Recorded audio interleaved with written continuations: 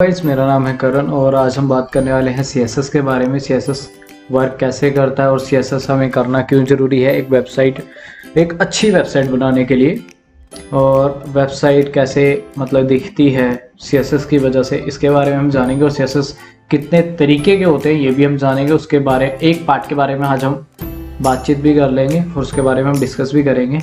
तो हम सबसे पहले चलते हैं एक वेबसाइट के ऊपर। तो ये वेबसाइट है लर्न की। फॉर एग्जांपल आप देख सक रहे हो कि यहाँ पे एक कुछ लिखा हुआ है 100% फ्री लर्निंग पोर्टल्स, और इतना येलो कलर में है और ये वाइट कलर में है। ये कैसे कलर चेंज कैसे हो रखा है, देखो जैसे इस पर कर्सर जाता है येलो हो जाता है। तो ये सारा सीएसएस का कमाल है। सीएसएस करना बहुत ज़्यादा ज़रूरी है इसी वजह से। बाय द वे अगर मैं बात करूँ तो HTML अगर हमने लिखना होता वो कुछ ऐसा सा होता, तो अगर ऐसा नज़र आता तो कोई भी उसको बारे में चेक ना कर पाता। तो सीएसएस किया, जब सीएसएस करने के बाद वो सब कुछ ऐसा सा नज़र आता है, येलो कलर में उसकी लाइनिंग नज़र आनी शुरू हो गई। ये बेसिकली HTML पेज है। ये वाला जो पेज है ये HTML पेज है और ये CSS पेज है, और CSS किया हुआ पूरा वेब डेवलपमेंट है। तो बेसिकली बड़ा शानदार लगता है ऐसे। इसलिए हमारा जो कस्टमर होगा या व्यूवर होगा वो आकर इस पर आराम से काफ़ी देर तक रुक सकता है और काफ़ी चीज़ें सर्च कर सकता है। अगर ऐसा सा होता तो वो कभी ना रुकता यार, सिंपल सी बात है। क्योंकि अगर आप न्यू हो तो आपको भी इसमें कुछ नहीं समझ आने वाला क्या है ये। तो बेसिकली इसी के बारे में हम बात करेंगे। सबसे पहले हम चलेंगे डेस्कटॉप के ऊपर, ठीक है। यहाँ पे हम बना लेते हैं एक फोल्डर, ठीक है। फोल्डर का नाम मैं रख लेता हूँ वेबटेक, ठीक है, राइट। और हमने इसको किया क्रिएट। अब ये हो चुका है क्रिएट विजुअल कोड के ऊपर। जो विजुअल कोड कुछ ऐसा सा दिखता है, आप इसे डाउनलोड कर सकते हो और आप फ़ोन में भी यूज़ कर सकते हो विजुअल कोड को। और विजुअल कोड से जाकर आप कोडिंग कर सकते हो और सेम प्रोसेस होगा कोडिंग करने का। तो डेस्कटॉप पे हमने वो फोल्डर बना लिया था सबसे पहले, उसका नाम था वेबटेक। हम उसे यहाँ से सिलेक्ट द फोल्डर करेंगे। आपको मैं दोबारा बता देता हूँ, यहाँ से हम गए हैं ओपन फोल्डर एंड देन यहाँ से वेबटेक सिलेक्ट फोल्डर, ठीक है, सेम फोल्डर आएगा। उसके बाद हमने यहाँ पे HTML का एक एक्सटेंशन फाइल बनानी है जिसका नाम रखता हूँ मैं tech.html, ठीक है। आप कुछ भी रख सकते हो बट उसके आगे .html लगाना एक नेसेसरी बहुत ज़्यादा है, तो उसे लगाना। तो हम लोग शुरू करते हैं। अब हम यहाँ पे प्रेस करेंगे Shift 1, एक्सक्लेमेशन मार्क करने के बाद ऐसा सा आ जाएगा हमारे पास। हम सबसे पहले जाएंगे बॉडी में और हम एक पैराग्राफ कि P क्लोज, ठीक है, ऐसा सा आ जाएगा। हम इसके बीच में हम लगा लेते हैं, क्या लिखें, वेलकम टू वेबटेक, ठीक है,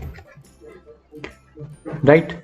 और इसके सेम हम ऐसा एक और कर ले। इसके नीचे तो चलो हम इसके नीचे एक लगा लेते हैं लाइन, ठीक है, HR, राइट। और इसके नीचे एक और पैराग्राफ ही कर लेते हैं।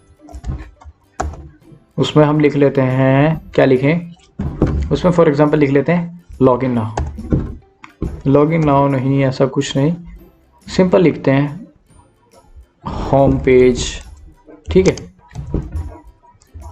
राइट।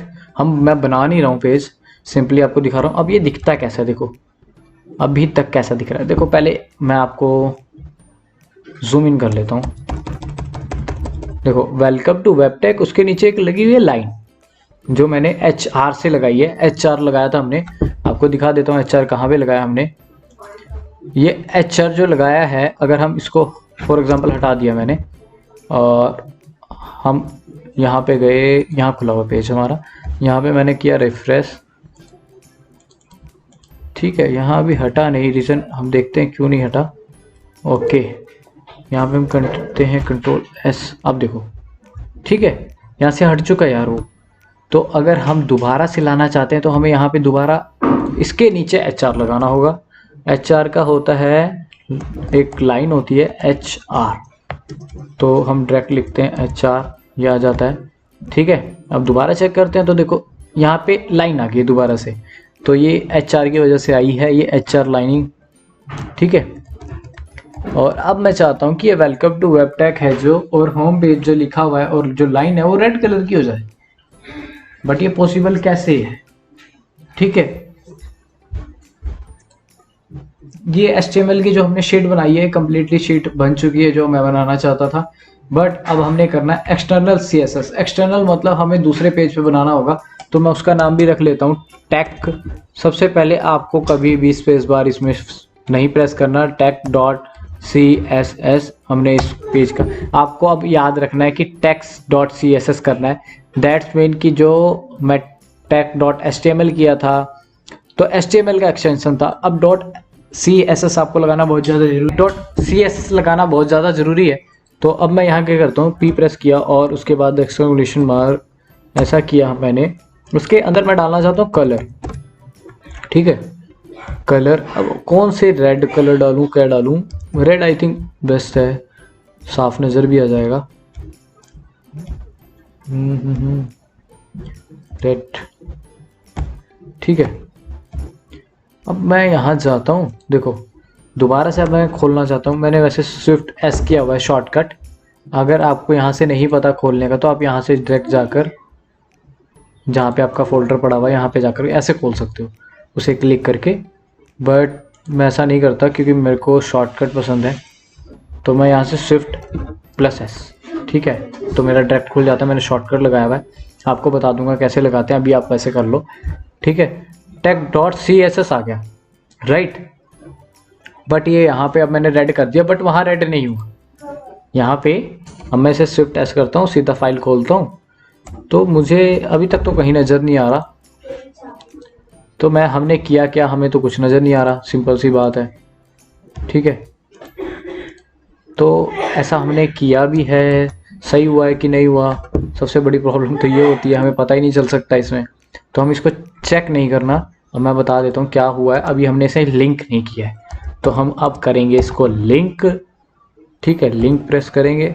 अब ये यहाँ पूछेगा कि कौन सी फाइल है rf के अंदर, तो हम यहाँ पे डालेंगे टेक। आपको एक बात ध्यान रखना है, देखो यहाँ पे फाइल शो करने लग गया। आपको सबसे पहले ध्यान रखना है कि आप जो भी स्पेलिंग डाल रहे हो वो एक्यूरेसी सही होने चाहिए, ठीक है। टाइप कौन सा है उसके बारे में बताता हूँ। अब इक्वल टू मार्क लगाएंगे और यहाँ पे हम Shift 2 बारी प्रेस करेंगे, उसके बीच में हम डालेंगे टेक्स्ट की फाइल है, हमने टेक्स्ट की हुई है, और ये वाला मार्क लगाकर इसके बाद हम डालेंगे क्या, CSS, ठीक है। अब हम चेक कर लेते हैं Shift+S प्रेस करके, देखो रेड हो गया। ये पता है पॉसिबल कैसे हुआ, क्योंकि अब हमने इस पे लगा दिया एक्सटर्नल CSS, ठीक है। ये बहुत सिंपल है, बहुत ही ज़्यादा सिंपल है। CSS लगाने के बाद ये कुछ ऐसा सा दिखने लग गया। अगर हम और अच्छा CSS करेंगे, फॉर एग्जांपल मैं यहाँ से कोडिंग चकता हूँ, देखो इनकी मैंने Ctrl+A किया, Ctrl+A से सारे कॉपी हो जाते हैं, ऑल सिलेक्शन, Ctrl+C से कॉपी, एंड देन यहाँ पे लाकर मैं एक फोल्डर बना लेता हूँ, सिंपल सा कुछ भी लगा लेते हैं, fz.html, ठीक है। और यहाँ पे मैं कर लेता हूँ पेस्ट, ठीक है। अब मैं इसे देखो, आप सारा सेम एज इट इज खुल रहा है ना, मतलब वो जो पेज था ना वो सारी कोडिंग पे ही चल रहा है। वो जो हमने बैकग्राउंड कोडिंग ली है इसकी, वो एक्यूरेसी सेम है, ठीक है। बहुत इजी प्रोसेस है, ये सारी कोडिंग ही वर्क कर रही है उस पर। तो मैं Ctrl+Z करता हूँ, ठीक है। अब हमने आज सीखा कि एक्सटर्नल CSS कैसे अप्लाई करते हैं, वो कंप्लीट होगा। ये वाला जो है इसको आप ध्यान से लगाना। सबसे पहले अब मैं दोबारा बता देता हूँ आपको, आपने सबसे पहले प्रेस करना है लिंक। लिंक के बाद आपको ये तो टाइप नहीं मिलेगा, हेरफ तक आ जाएगा। हेरफ के बीच में डालना है कि कौन सी फाइल आपने वहाँ पे रखी है, क्या नेम क्या है उसका, और टाइप के अंदर आपने डालना है कि टेक्स्ट किस चीज़ का लिखा हुआ है।